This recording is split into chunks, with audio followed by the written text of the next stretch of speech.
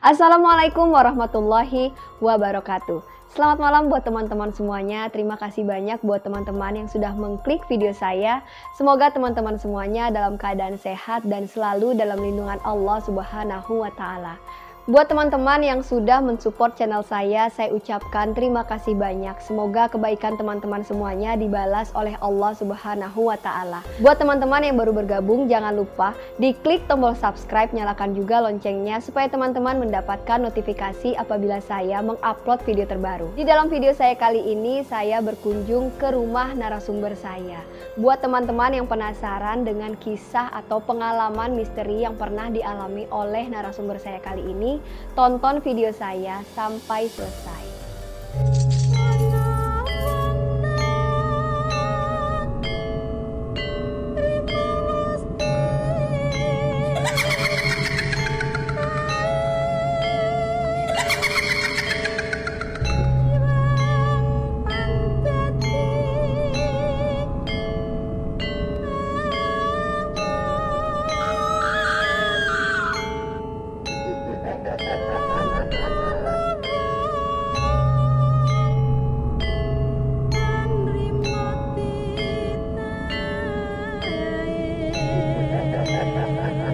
Nah, sekarang saya sudah berada narasumber saya yang bernama Mas Damar. Jadi teman-teman, Mas Damar ini adalah salah seorang yang sangat spesial di video saya kali ini. Kenapa? Karena beliau akan menceritakan pengalaman misteri yang pernah beliau alami. Pengalaman yang sangat berharga yang akan diceritakan ke teman-teman semuanya. Untuk lebih jelasnya, mari kita dengarkan penuturan dari Mas Damar. Assalamualaikum warahmatullahi wabarakatuh. Salam sejahtera buat rekan-rekan semua. Mau diperkenalkan, saya Damar. Pada segmen kali ini saya akan coba menceritakan apa yang pernah saya alami, lebih ke arah kilas balik perubahan bagaimana saya dari yang mulainya tidak percaya menjadi percaya, kemudian berusaha untuk harmonis dengan hal-hal yang menurut beberapa orang berbau supranatural. Kejadiannya mungkin ketika 20 tahun yang lalu lah Mbak, sebenarnya Mbak Ayu. Ketika saya di perguruan tinggi, sudah mulai kuliah. Waktu itu sebenarnya ya layaknya seperti anak-anak yang lain mungkin ya Mbak. Jadi lebih tertarik pada hal-hal yang baru, pengen tahu tentang hal-hal yang ya saat itu lagi ngetren waktu itu. Ketika saat itu belum ada internet seperti sekarang, yang ada adalah majalah-majalah, ya sebutlah beberapa majalah yang banyak mengisahkan tentang hal-hal yang mistis, supranatural, kekuatan, hal-hal di luar nalar yang kelihatannya kok menarik ya ketika pembicaraan di masing-masing ya mahasiswa saat itu. Saya pernah nyoba dari mulai satu ya yang diiklankan lah ya. Saya udah mulai nyoba tuh dari mulai yang murah sampai yang paling mahal, sampai saya harus nyimpan uang saku. Mulai dari yang urusan pengasihan sampai urusan kekebalan segala macam sudah pernah dicoba. Ketika tes di tempatnya berhasil, nggak ada jeda setengah jam sampai rumah kok nggak berhasil. Dari sana saya dicoba pakai berbagai macam senjata tajam, tidak mempan. Kenapa sampai rumah saya sendiri kok luka segala macam. Dari saat itu saya udah mulai tidak terlalu memikirkan, bahkan mungkin lebih ke arah apatis bahwa sebenarnya hal itu hanya urusan komersial saja. Jadi tidak gimana ya Mbak, tidak menarik untuk diikuti lah istilahnya. Sampai saya selesai kuliah, kemudian saya kerja di tempat lain beberapa lama. Saya pulang lagi ke Indonesia, sudah hampir tidak pernah memikirkan hal itu lagi. Sampai suatu saat kira-kira tahun 2003 atau 2002 ya, kira-kira sekitar 20 tahun yang lalu lah, saya kerja di suatu perusahaan di daerah pesisir timur Pulau Jawa waktu itu. Saya mengalami suatu kejadian yang saya rasakan sampai saat ini, itulah sebenarnya titik balik kenapa saya bukan harus mempercayai ya, harus menyadari bahwa itu memang ada gitu Mbak Ayu. Waktu itu kejadiannya adalah saya mau sholat asar dari pabrik, dari plant ke masjid. Saya merasakan ada yang kejanggalan sama punggung saya Mbak Ayu waktu itu. Jadi terasa agak sedikit perih dan gatal waktu itu. Udah, saya berpikir karena saya menggunakan coverall, mungkin ya karena lagi kotor, apa habis kerja ya seperti biasa Mbak. Jadi kainnya kan nggak terlalu bagus ya, jadi agak-agak kasar. Udah, malam itu ya seperti biasa saya tidak merasakan, ya tetap merasakan perih sama sedikit gatal. Besok pagi saya berangkat lagi ke kantor, saya berangkat lagi ke pabrik. Saya ngerasa kok sedikit lebih panas dari yang sebelumnya, kemudian mulai agak nyeri Mbak. Mulai agak nyeri, lalu karena saya tidak bisa ngeliat ke bagian belakang, saya terpaksa minta tolong teman waktu itu. Saya buka baju terus minta tolong dilihatin. Ketika dilihatin ternyata teman-teman saya sebagian malah mengolok-olok bahwa ada kok kayak ada cakaran di bagian belakang punggung gitu ya. Terus ya saya bilang, ya saya nggak ngapa-ngapain dong, kalian kemarin juga sama gue kan kemarin gitu. Malam juga sama kalian juga, anak-anak kos-kosan juga. Terus saya minta tolong mereka untuk fotoin Mbak Ayu. Saya juga nggak percaya difotoin lah sama mereka. Dan ternyata memang iya, jadi ada kayak bekas cakaran 4 jari lah. 3 jari yang kelihatan, 1 jari yang nggak terlalu tajam. Arahnya di punggung belakang ke atas gitu. Merah memang Mbak, jadi benar-benar tercakar gitu. Terus habis itu sama mereka dikasih obat merah, ya udah. Terus esok harinya bukan membaik, malah semakin panas, nyeri, dan mohon maaf ada nanahnya. Saya ke dokter kantor, diberikan salep kalau saya tidak salah waktu itu, diberikan salep, ya udah saya treatment. Hari berikutnya malah semakin perih dan panas, jadi semakin kaku, terus semakin membanyak gitu Mbak. Terus ingat saya waktu itu saya harus pulang ke rumah. Hari itu saya harus pulang ke rumah karena sudah akhir minggu. Saya pulang ke rumah, perjalanannya juga lumayan jauh dari kota tersebut ke rumah saya waktu itu. Nah, panjang perjalanan itu saya bersama teman sebenarnya. Dia bilang, "Mas, kalau lu nggak keberatan, lu coba telepon deh bapak ini gitu. Kali aja sakitmu bisa sembuh gitu."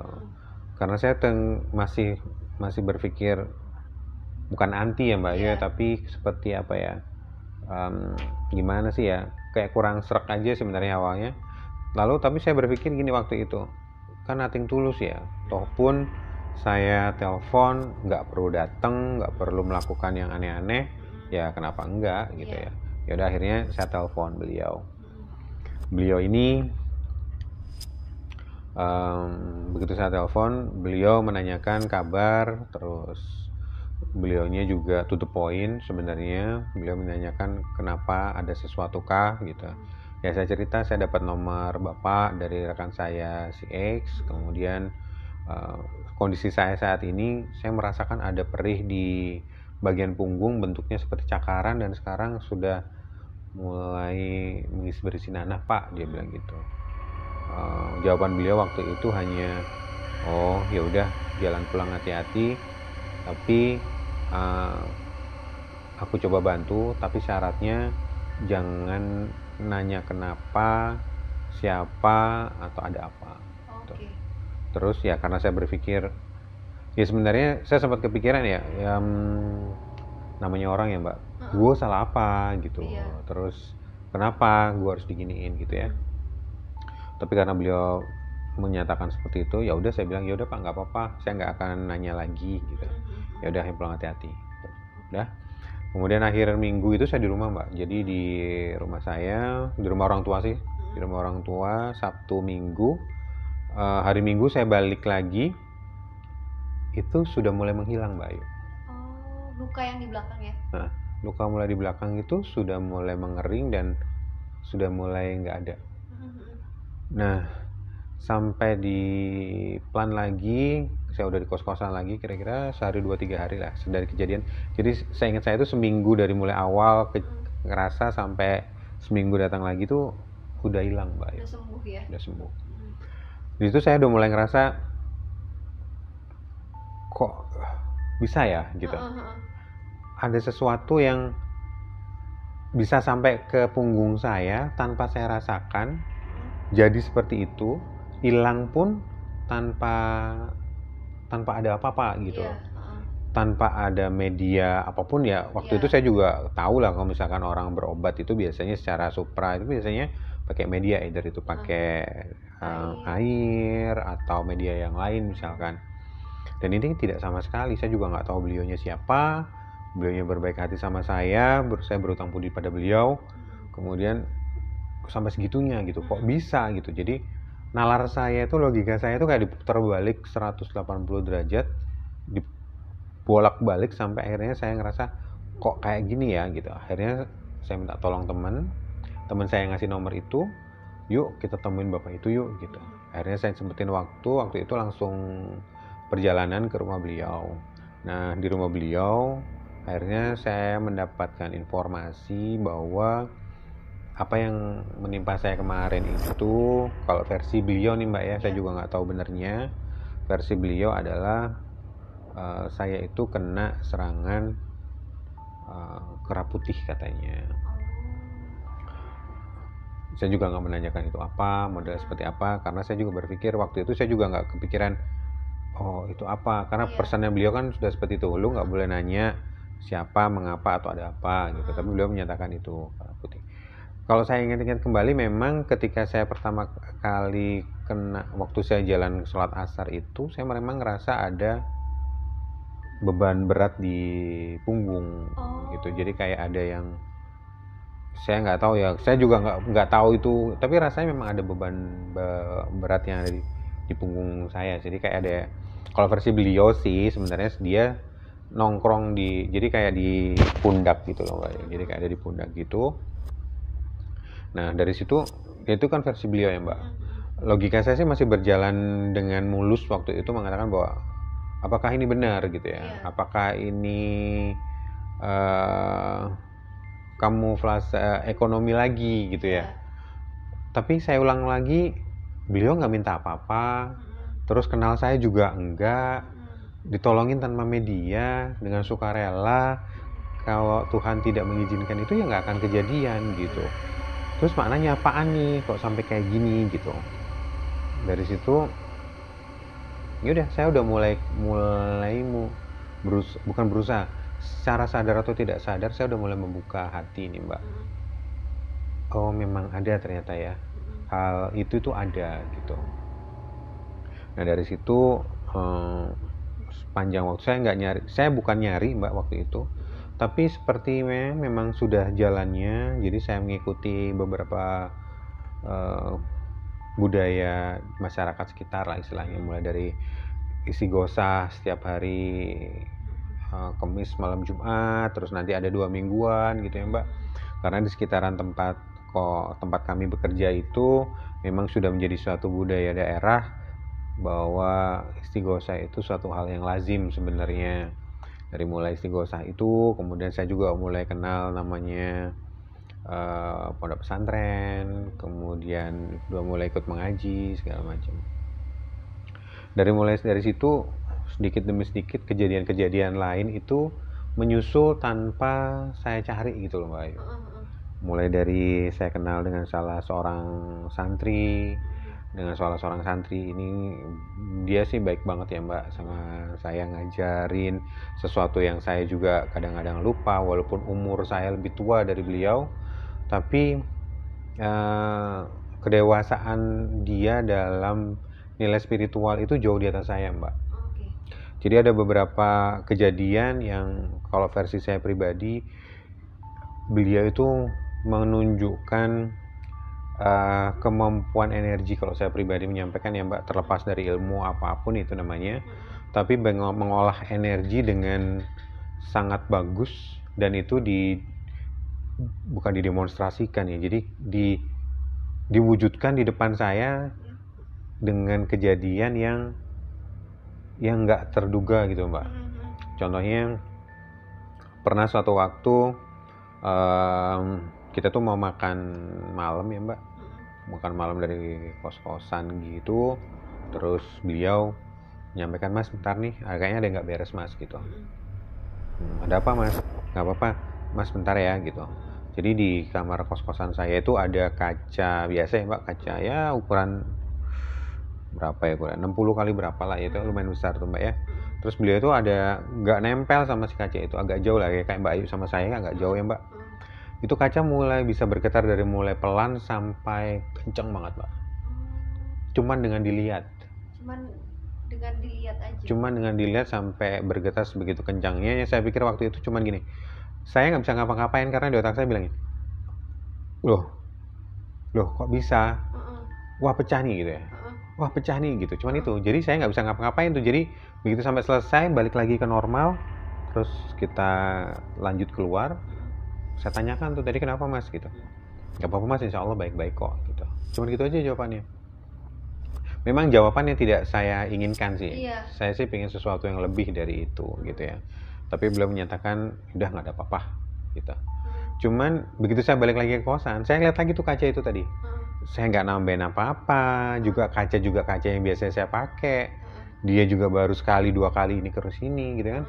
Kalau dia mau cheating, dia mau pakai non-sewa, pakai trik apapun, nggak akan mungkin lah istilahnya gitu Mbak. Nah dari situ saya berpikir lagi, dari mana itu tadi sampai kejadian itu tadi gitu ya. Hanya dengan pandangan mata, dia bisa memusatkan energi untuk sampai tembus seperti itu gitu. Saya bisa mengolah itu bukan saat itu Mbak. Sampai bisa menyimpulkan itu mungkin setelah 5-6 tahun setelah kejadian itu.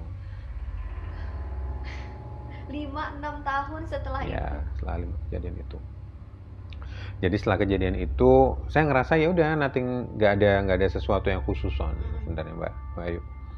Mulai dari situ udah jalanlah seperti biasanya, ya kita istighosah, ya kita ziarah segala macam. Nah ketika ziarah ya banyak sih cerita-cerita yang kejadian yang memang kalau saya pribadi alami, misalkan kayak waktu itu ya saya itu penakut sebenarnya Mbak Ayu waktu itu. Sampai sekarang juga kadang-kadang penakutnya memang keluar. Sama si santri ini juga diajarin namanya ziarah itu tata caranya seperti ini Mas. Kenapa harus ziarah, dasar hukumnya seperti apa. Kemudian kedua, budaya orang sini itu seperti apa gitu ya. Kita ikutin waktu itu Mbak Ayu. Pernah suatu saat kita ziarah, pas kebetulan biasanya malam-malam itu rame. Pas kebetulan malam itu tuh sepi. Cuman kita berdua Mbak Ayu. Mas itu kok pakai acar gebelit pipis ya? Itu pipis tuh Mbak, masa aku pipis dulu ya? Matilah kita nih. Terus habis itu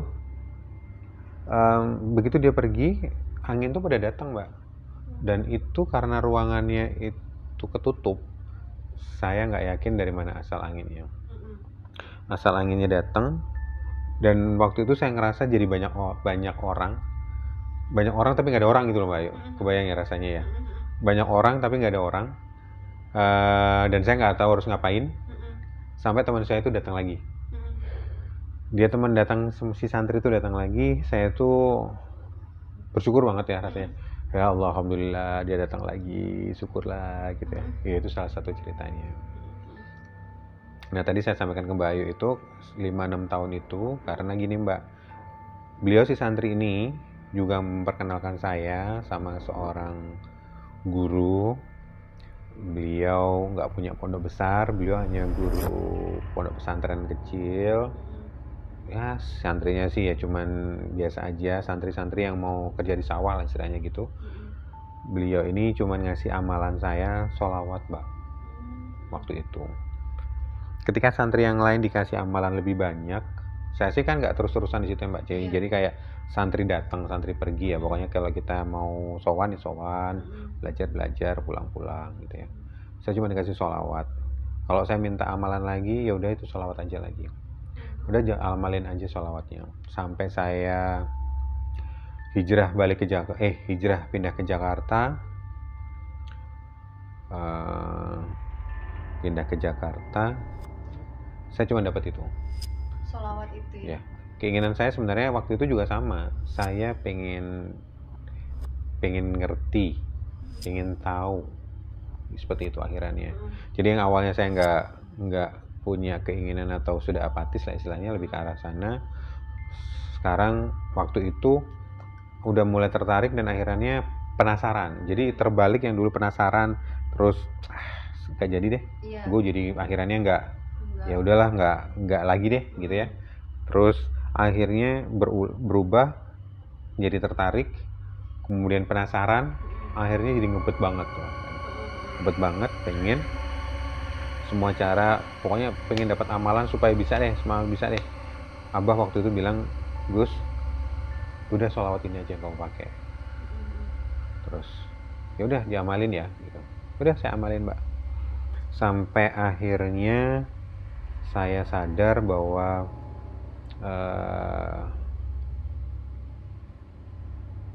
saya udah mulai kebuka itu setelah 12 tahun. 12 tahun.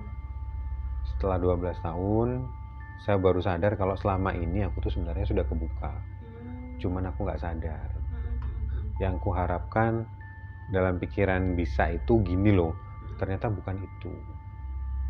Sadarnya adalah dengan cara yang lain gitu. Nah, dengan bersinergi, dengan berkenalan dengan energi alam itu, terus mulai mengenali siapa saya, terus yang ada di sebelah saya siapa, depan saya siapa, atas bawah siapa, terus bagaimana cara berkomunikasi, itu Mbak, setelah 12 tahun akhirnya saya sadar bahwa selama ini ternyata saya itu bisa. Jadi saya menunggu waktu bisa itu 12 tahun. Jadi nggak serta-merta dibaca langsung bisa. Sehingga dari situ mulailah berkenalan dengan yang namanya kearifan alam itu seperti apa. Nggak selalu tentang masalah gaib ya Mbak, tapi itu tadi, setiap hal itu ternyata memiliki jiwa, bahkan itu yang kita anggap sebagai benda yang nggak ada pun, jadi nggak punya nyawa. Misalkan non sewu kayak batu lah, atau kayu, ternyata mereka juga punya soul, mereka juga punya kenangan, punya memori, mereka menyimpan semua pergerakan orang, alam itu di energi itu bukan tergaris istilahnya apa ya, tergambar dalam ingatan si batu, tergambar dalam ingatan si kayu gitu. Jadi ketika kita berinteraksi dengan alam, tidak dengan urusan selalu dengan urusan gaib, kita bisa mendapatkan gambaran yang lebih komprehensif. Ayo gitu. Dan itulah akhirnya sekarang saya berusaha untuk seharmonis mungkin lah, berimbang antara yang wujud dengan yang tidak wujud. Itu sih Mbak Ayu. Mas, ada kejadian tertentu nggak sih yang bikin Mas sudah mulai merasa terbuka gitu? Mungkin ketika saya udah mulai lost contact kali ya Mbak Ayu ya. Jadi ketika saya lupa deh persisnya, ketika tahun ke-10 atau tahun ke-11 saya kehilangan sahabat saya itu, santri yang saya sebutkan tadi. Kemudian saya kehilangan kontak Abah. Waktu itu saya merasa seperti kehilangan guru yang biasanya setiap saat saya bisa mintain pendapat, saya mintain bimbingan. Saya harus ngapain waktu itu, saya juga nggak tahu tuh Mbak. Jadi selama ini saya lakukan itu apa, cuman itu yang bisa saya kerjakan terus-terusan tanpa saya harus tahu apakah saya bisa ataukah tidak gitu. Nah dari situ saya mulai mencari lagi, saya harus ngapain sih, saya mencari guru-guru lagi akhirnya waktu itu Mbak. Kejadian waktu saya kuliah itu terulang lagi, saya mencari waktu, tapi kalau zaman dulu saya nyarinya dari majalah-majalah. Waktu itu sudah mulai banyak internet Mbak, saya udah mulai nyari lagi buat internet. Saya coba kenalan dengan si A, si B, si C, segala macam, sampai balik lagi Mbak, saya ngerasa pengen instan supaya bisa kebuka lagi ya Mbak Ayu. Akhirnya saya berkenalan dengan salah seorang yang waktu itu kelihatannya bagus. Akhirnya saya berkenalan, saya berinteraksi kira-kira beberapa bulan lah Mbak Ayu. Nah setelah itu saya minta juga beliau menyatakan sanggup untuk bantu saya untuk membuka diri saya, lupa mengetahui lebih dalam lagi. Saya ikutin waktu itu. Saya harus ke Jawa Tengah. Saya berangkat ke Jawa Tengah. Ternyata di sana beliau memperkenalkan saya pada gurunya. Saya berkenalan dengan gurunya, beliau seorang yang baik, yang tidak kelihatan seperti orang ya agak pintar, biasa aja beliaunya Mbak. Kemudian beliau menanyakan keinginan saya apa, hajat saya apa. Saya dibantu waktu itu dengan beberapa treatment khusus waktu itu ya, treatment alami sih Mbak sebenarnya. Jadi kita naik ke salah satu gunung, tempatnya sih bagus. Kalau orang sekitar sih menyebutkan masih daerah yang sakral, tapi secara energi itu masih pure, masih murni, tenang, nyaman. Waktu itu terus ada beberapa kegiatan yang ibadah yang kita lakukan. Dari situ setelah selesai, si mas gurunya ini menyampaikan, yang saya masih ingat banget adalah, "Mas, mohon maaf, saya tuh sebenarnya nggak melakukan apa-apa buat Mas." Nah, terus ya karena Mas itu udah bisa. Terus saya melakukan apa? Ya sekarang tinggal Mas harus mempercayai diri Mas sendiri bahwa Mas sebenarnya bisa. Itu jawaban yang tidak saya terima sebenarnya. Jadi selama ini saya jauh-jauh sampai ke sana, jawabannya cuma gitu. Ya kalau gitu Mas semua orang juga bisa, kasarnya gitu ya Mbak ya. Saya bisa apa? Saya nggak bisa. Saya ngerasa saya nggak bisa. Dan ternyata dia bisa ngebaca tuh kayaknya Mbak Ayu, jawaban saya. Apa yang ada dalam hatinya? Ya, kalau Mas ngerasa nggak bisa, ya bakal nggak bisa Mas, dia bilang gitu. Loh kok dia bisa tahu ya?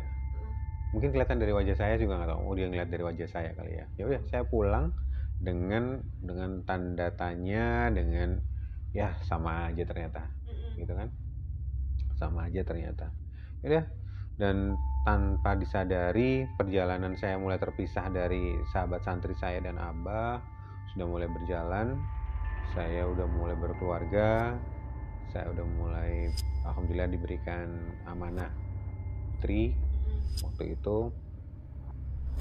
Disitulah mulai kejadian-kejadian yang secara tidak sadar itu mengasah kepercayaan diri saya bahwa oh ternyata saya itu bisa gitu. Saya mampu, apalagi kalau udah berurusan dengan si kecil gitu Mbak Ayu. Itu udah benar-benar men-trigger saya mengatakan bahwa saya harus bisa. Sebagai bapak saya harus bisa. Nah dari situ sedikit demi sedikit saya mulai mempercayai diri saya sendiri bahwa sebelah itu ada, energi itu ada, makhluk lain itu ada dalam bentuk apapun, gak cuma gaib, dan kita itu diberi hak, diberi kemampuan untuk bisa berkomunikasi dengan mereka. Itu sih. Ada kejadian gak sih Mas? Kejadian misal yang menandakan oke, saya sudah mulai bisa dan udah percaya diri. Satu aja kejadian yang sampai sekarang mungkin Mas belum bisa lupain lah. Waktu itu saya dipaksa gini. Waktu si kecil usia baru bulanan lah Mbak, 1 bulan atau 2 bulan. Waktu itu kita masih tinggal bersama mertua waktu itu. Dia tuh kalau malam tipikalnya memang tidak bisa tidur di kasur. Dia harus tidur sama saya dulu baru bisa tidur. Waktu itu malam itu dia rewel banget Mbak. Dia rewel banget dan nggak bisa tidur. Lalu honestly waktu itu saya kesel karena saya tahu ada yang ngeganggu dia dan saya nggak bisa ngapa-ngapain. Terus saya kesel banget. Saya tahu ada yang ganggu itu, saya ngerasain nih ada yang ya gitulah, saya merasakan ada yang berkelanjutan atau apa gitu ya. Dan si kecil ini karena dia masih belum bisa ngobrol, masih umur 2-3 bulan, tapi dia ngerasain energinya kali ya, tidak nyaman dengan itu. Akhirnya saya memproyeksikan, waktu itu saya tidak kenal ilmu-ilmu yang lain. Saya cuma berusaha menyelimuti si kecil dengan wiritan yang saya tahu, dengan sholawat yang biasanya saya pakai. Saya dekep dia, saya memproyeksikan bahwa bacaan sholawat saya jadi selimutnya dia, dan alhamdulillah malam itu dia bisa tidur. Sejak itu ya? Sejak saat itu. Sejak saat itu Mas sudah mulai percaya diri Ya. dan menyadari bahwa ternyata saya bisa. Ya. Dari saat itu udah mulai beranjak, oh bisa ya. Karena indikator saya adalah ketika si kecil itu ke ibunya untuk menyusu, harusnya kan dia lebih tenang ya Mbak. Iya. Itu dia nggak tenang sama sekali. Ketika dengan saya melakukan itu, dia jauh lebih tenang. Berarti ada sesuatu di luar kebiasaan biologis si kecil. Iya, betul. Nah dari situ saya udah mulai ngerasa, oh saya bisa gitu. Nah setelah itu ada kejadian-kejadian lagi, mulai dari yang kita pindah ke rumah baru, rumah sendiri sih Mbak ya, udah pindah dari rumah mertua. Kemudian di rumah baru ada kejadian yang Mbak yang bantu juga kesurupan, ya seperti itu lah. Dari situ alhamdulillah udah mulai bisa menghandle, sudah mulai bisa ngejalanin tanpa saya juga nggak tahu, saya tuh nggak punya ilmu apapun sih Mbak ya, karena yang saya tahu cuma sholawat tadi itu sebenarnya. Bagaimana cara ngatasinya tahu-tahu keluar sendiri aja, pokoknya tahu-tahu oh gini ya, oh gitu ya. Dari situ udah mulai mengalir sih Mbak Ayu. Jadi tanpa saya pingin, tanpa saya reka-reka, itu sudah mengalir aja sesuai jalannya aja. Jadi lama kelamaan ke rasa apa namanya tadi Mbak, rasa terbuka itu semakin terasa, dan semakin yang di atas itu nunjukin bahwa ada loh gitu. Apa yang lu deny gitu loh, nggak ada yang lu deny, memang ada gitu. Nah Mas, sebelum kita sudahi segmen silaturahmi kali ini, ada nggak pesan-pesan moral yang ingin Mas sampaikan kepada teman-teman yang mendengarkan atau melihat video kita kali ini? Baik ya Mbak Ayu, pelajaran yang saya dapat selama 12 tahun itu adalah ada masanya kita harus berdiri sendiri sih Mbak Ayu. Ada masanya bukan saya Mbak ya, ada masanya kita berhenti belajar tapi sudah mulai mengamalkan. Sudah cukup belajarnya, mulailah mengamalkan. Dan dari situ kejadian yang saya terima adalah ketika saya kehilangan sahabat santri saya dan Abah, saya merasa kehilangan panutan, saya ngerasa kehilangan guru. Tapi yang saya terima adalah ternyata di waktu itulah saya sebenarnya, sahabat santri saya dan guru saya meyakini bahwa saya harus belajar sendiri. Saya harus berdiri sendiri dan meyakini diri saya sendiri. Tidak selalu dalam bimbingan beliau, tapi insya Allah dalam doa-doa beliau saya masih ada. Karena itu ya yakinlah buat teman-teman semua bahwa tidak selalu harus dengan selalu belajar. Kadang-kadang mungkin berhentilah belajar, bukan berhenti belajar untuk selesai, tapi belajarlah udah mulai mengamalkan. Teorinya udah banyak, udah mulai harus dilakukan. Itu sih Mbak Ayu. Kalau saya. Nah teman-teman, demikianlah penuturan dari Mas Damar. Jadi banyak sekali kisah atau pengalaman misteri yang dialami oleh Mas Damar. Jujur saja ini adalah cerita yang sangat menarik yang saya dengar dari beberapa narasumber yang pernah menceritakan kisah misterinya di channel YouTube saya. Saya ingin mengucapkan terima kasih banyak buat Mas Damar yang telah meluangkan waktunya untuk berbagi kisah kepada teman-teman semuanya. Nah, buat teman-teman yang ingin membagikan kisah misteri atau pengalaman pribadi yang teman-teman alami, boleh teman-teman DM ke Instagram saya. Instagramnya saya sematkan di atas. Atau mungkin teman-teman ingin bergabung dengan segmen silaturahmi, boleh teman-teman DM ke Instagram saya. Insya Allah saya bersama tim akan mendatangi teman-teman untuk teman-teman bercerita langsung pengalaman misterinya di channel YouTube saya. Buat teman-teman yang baru bergabung dan belum klik tombol subscribe sekarang juga. Dan jangan lupa dinyalakan tombol notifikasinya supaya teman-teman mendapatkan notifikasi apabila saya mengupload video terbaru. Jangan lupa di like, di komen, dan jangan lupa dibagikan ke media sosial teman-teman yang lainnya. Saya mohon maaf apabila terdapat kekurangan di dalam video saya kali ini. Saya Rahayu Fajri dan Mas Damar pamit undur diri. Wassalamualaikum warahmatullahi wabarakatuh.